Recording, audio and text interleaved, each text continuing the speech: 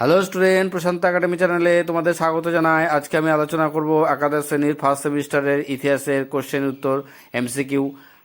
অধ্যায় হচ্ছে শাসন ব্যবস্থার ধারণা ও তুলনামূলক পাঠ। তৃতীয় অধ্যায় থেকে আমি ওইখানে বেশ কিছু প্রশ্ন ইম্পর্টেন্ট আছে, তার মধ্যে কিছু কোশ্চেন আমি আজকের পার্ট 1 ভিডিওতে আমি তুলে ধরলাম। বাকি কোশ্চেনগুলো আমি কমন নাই পার্ট 1, পার্ট 2, পার্ট 3 এইভাবে তুলে ধরবো। তোমরা আমার এই ভিডিও দেখতে থাকো, নিয়মিত দেখতে থাকো, এবং এখান থেকে পরীক্ষায় প্রশ্ন আসবে তোমরা জানো, কারণ এর আগেই আমি প্রমাণ দিয়েছি যে আমার চ্যানেলে দেওয়া প্রশ্নগুলো হুবহু পরীক্ষায় আসে। তাই দেখতে থাকো স্কিপ ছাড়া, এবং কোশ্চেনগুলো লিখে রাখো।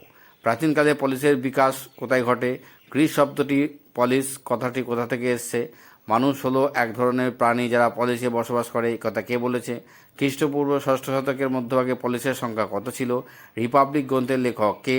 প্লেটোর মতে আদর্শ পলিসের জনসংখ্যা কত? পলিটিক্স গ্রন্থের লেখক কে? এথেন্সের শাসন কাঠামো কী ধরনের? প্রশান্ত একাডেমি দেওয়া এই সাজেশন টাইপসের কোশ্চেন যেগুলো আমি তুলে ধরলাম সেগুলো পরীক্ষায় আসে, কারণ আমার দেওয়া সাজেশান একাদশ দ্বাদশ ডিগ্রি কোর্সের বিভিন্ন পর্যায়ে এসেছে, তোমাদেরও আসবে আশা করি। তাই কোনো রকম স্ক্রিপ্টচার ভিডিওটি দেখো এবং কোশ্চেনগুলো লিখে রাখো। যারা নিয়মিত আমার এই চ্যানেলটি দেখো, তারা এখনও যদি আমার চ্যানেলটিকে সাবস্ক্রাইব না করে থাকো, তারা অবশ্যই চ্যানেলটিকে সাবস্ক্রাইব করবে এবং নিয়মিত দেখতে থাকবে, কারণ তোমাদের প্রয়োজনের স্বার্থেই আমার এই ভিডিওগুলো উপস্থাপন করা। তাই দেখতে থাকো আর কোশ্চেনগুলো লিখে রাখো। খুব খুব ইম্পর্ট্যান্ট এই কোশ্চেনগুলো আমি তুলে ধরলাম। এরপর আমি বিভিন্ন সাবজেক্টের টপিক্যাল অনুযায়ী আমি তুলে ধরবো।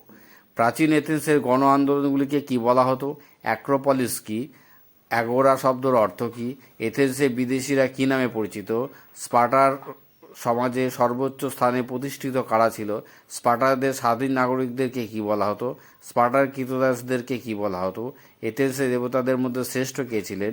অলিম্পিক গেমস প্রথম কবে, প্রাচীন অলিম্পিক প্রথম গেম কবে শুরু হয়েছিল? সুন্দর করে এই প্রশ্নগুলো তৈরি হবে এবং লিখে রাখবে। এইগুলোর মধ্যে থেকে তোমরা পরীক্ষায় পাবে।